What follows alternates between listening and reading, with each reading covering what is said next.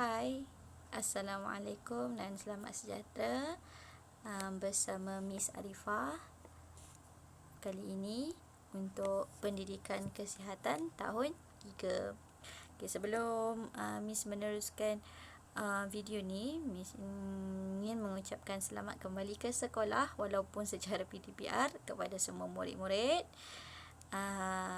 Dan untuk tahun ni Miss yang akan mengajar subjek pendidikan kesihatan tahun 3. Okey. Kita teruskan dengan unit 11, jaga diri sihat emosi. Okey, kenapa terus unit 11 bukan unit 1, Miss? Okey, sebab unit 1 sehingga unit 10 adalah untuk pendidikan jasmani dalam buku teks. Okay, jadi dalam buku teks pendidikan kesihatan bermula dengan unit 11. Okay, jadi kita tengok gambar dalam slide ini, okay, yang menunjukkan Nana dan rakan-rakan sedang mencari maklumat berkaitan peers di perpustakaan awam. Okay, cuba kamu perhatikan perkataan peers. Okay, perkataan peers, P-E-E-R-S. Okay, yang Miss dah bulatkan tu. Okay, apa itu peers? Okay, peers ialah pendidikan reproduktif dan sosial yang terdiri daripada 7 aspek, iaitu pertama, kesihatan diri dan reproduktif, yang kedua, penyalahgunaan bahan, ketiga, pengurusan mental dan emosi, yang keempat, kekeluargaan, yang kelima, perhubungan, yang keenam, pencegahan penyakit, yang ketujuh, keselamatan. Okey, sepanjang tahun ini kamu akan belajar tentang ketujuh-tujuh aspek ini. Okey, jadi kita akan mulakan dengan aspek yang pertama, iaitu kesihatan diri dan reproduktif. Okey, sebelum tu Miss nak kamu lihat diri sendiri. Okey, untuk kita kenali diri kita, okey, lihat diri sendiri. Okey, soalan Miss, adakah kamu ni seorang lelaki atau seorang perempuan? Okey, ya. Okey, kamu adalah seorang lelaki.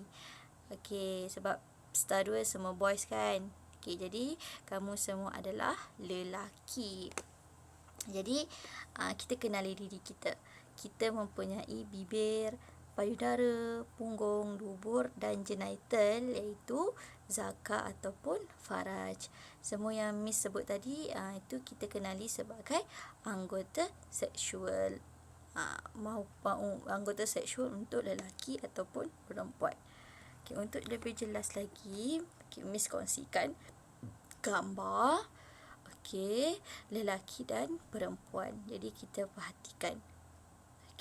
Bibir, payudara, punggung, dubur, faraj untuk perempuan dan zakar untuk lelaki.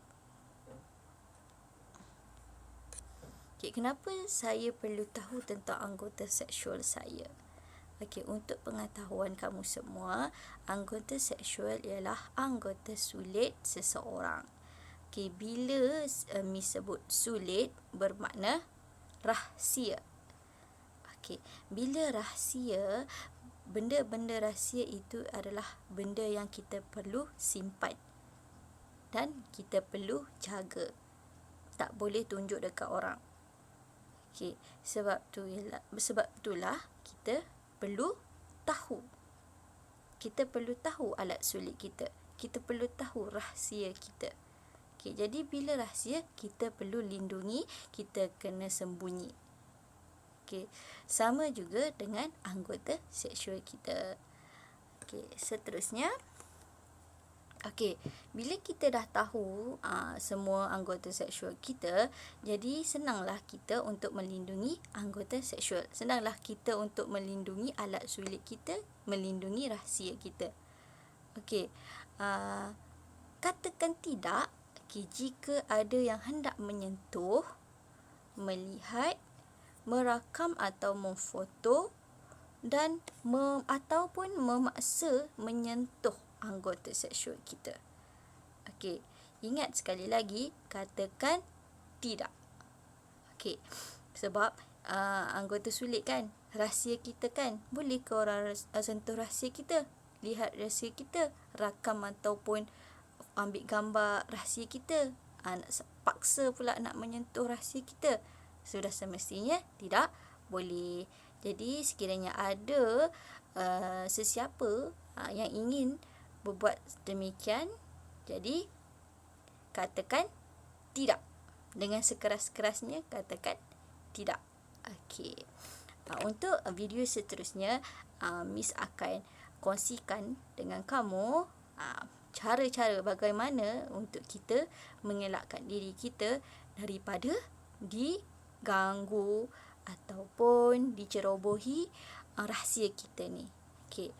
Jadi sampai di sini dahulu video kali ini, dan Miss tinggalkan kamu dengan satu tugasan, yang mana kamu hendaklah memberikan 2 sebab kenapa kita perlu melindungi anggota seksual kita. Jadi jawapan kamu yang dah siap, yang dah dihantar, Miss akan kongsikan pada video yang akan datang. Jadi sama-samalah kita nantikan jawapan-jawapan kamu, dan kita tengok apakah jawapan-jawapan kawan kamu pada video yang akan datang. Okey, kita jumpa lagi untuk video yang seterusnya. Sampai di sini saja. Assalamualaikum dan selamat sejahtera. Jumpa lagi. Bye.